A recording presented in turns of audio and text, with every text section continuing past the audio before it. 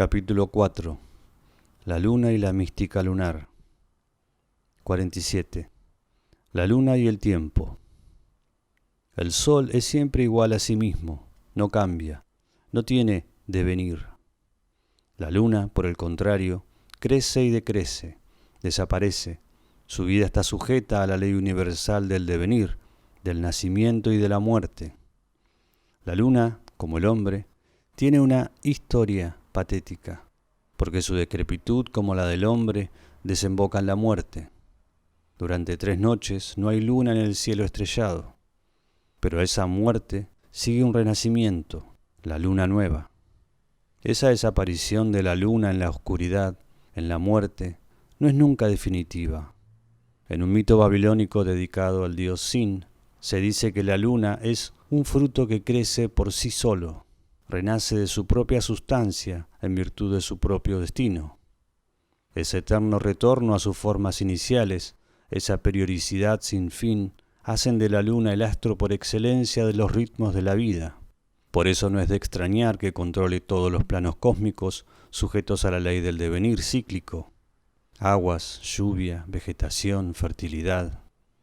Las fases de la luna revelaron al hombre el tiempo concreto, distinto del tiempo astronómico, que probablemente no se descubrió hasta mucho más adelante. Ya en época glaciar se conocían las virtudes y el sentido mágico de las fases de la luna. En las culturas de la región glaciar de Siberia aparecen ya los simbolismos de la espiral, de la serpiente, del rayo, derivados todos de la intuición de la luna, en tanto que norma de los cambios rítmicos y de la fertilidad. El tiempo concreto se midió probablemente en todas partes con arreglo a las fases de la luna. Todavía hoy existen algunos pueblos nómadas de cazadores y colectores que no tienen más calendario que el lunar. La raíz indoeuropea más antigua para designar un astro es la de la luna, la raíz me, que da en sánscrito mami, yo mido. La luna es el instrumento de medida universal. Toda la terminología relacionada con la luna en las lenguas indoeuropeas deriva de dicha raíz. Mas, sánscrito, ma, avéstico, ma, antiguo prusiano, menu, lituano, mena, gótico, mene, griego, mensis, latín. Los germanos se servían de la noche para medir el tiempo.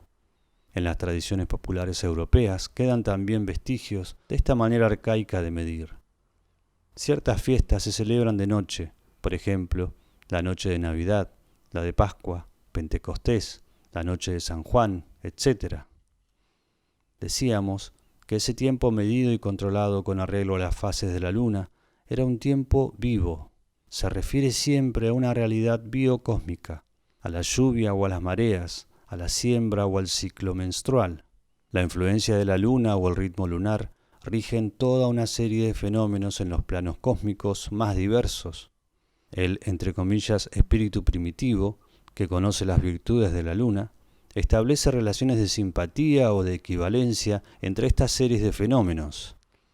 Así, por ejemplo, desde los tiempos más remotos, desde el Neolítico por lo menos, aparece, en el momento en el que se descubre la agricultura, un simbolismo que vincula entre sí a la luna, las aguas, la lluvia, la fecundidad de la mujer y la de los animales, la vegetación, el destino del hombre después de la muerte y las ceremonias de iniciación.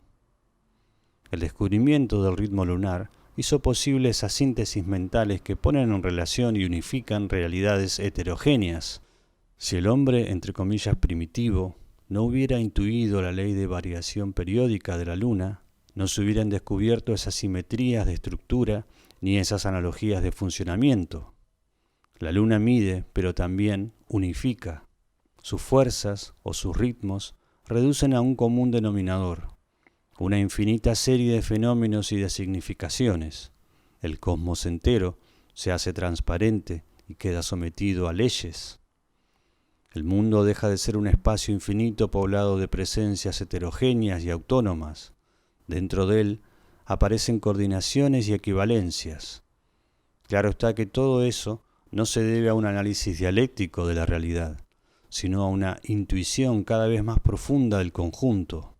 Existen series de comentarios colaterales, míticos o rituales, de la luna sin función determinada y en cierto modo especializada.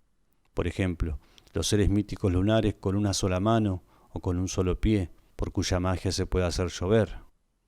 Pero no existe un solo símbolo, rito o mito lunar en el que no vayan implicados todos los valores helénicos revelados hasta ese momento. En cualquier fragmento está presente el conjunto entero. La espiral, por ejemplo, cuyo simbolismo lunar era ya conocido en época glaciar, se refiere a las fases de la luna, pero incluye a la vez los rasgos eróticos derivados de la analogía vulva-concha, los acuáticos, luna igual concha, los de la fertilidad, doble voluta, cuernos, etc. Una perla llevada como un amuleto por una mujer la vincula a las virtudes acuáticas, concha, lunares, concha, símbolo de la luna creada por los rayos de la luna, etc. Eróticos, genésicos y embriológicos. Una planta medicinal reúne la triple eficacia de la luna, de las aguas y de la vegetación, aun cuando el que la utilice no tenga conciencia clara más que de una de las tres virtudes. Cada una de esas virtudes o eficacias está a su vez sometida a un número considerable de planos. La vegetación, por ejemplo, implica las ideas de muerte y renacimiento, de luz y de oscuridad, consideradas como zonas cósmicas, de fecundidad y opulencia, etc. No existe ningún símbolo, emblema o eficacia monovalente o aislado. Todo depende de todo. Todo está vinculado y constituye un conjunto de estructura cósmica.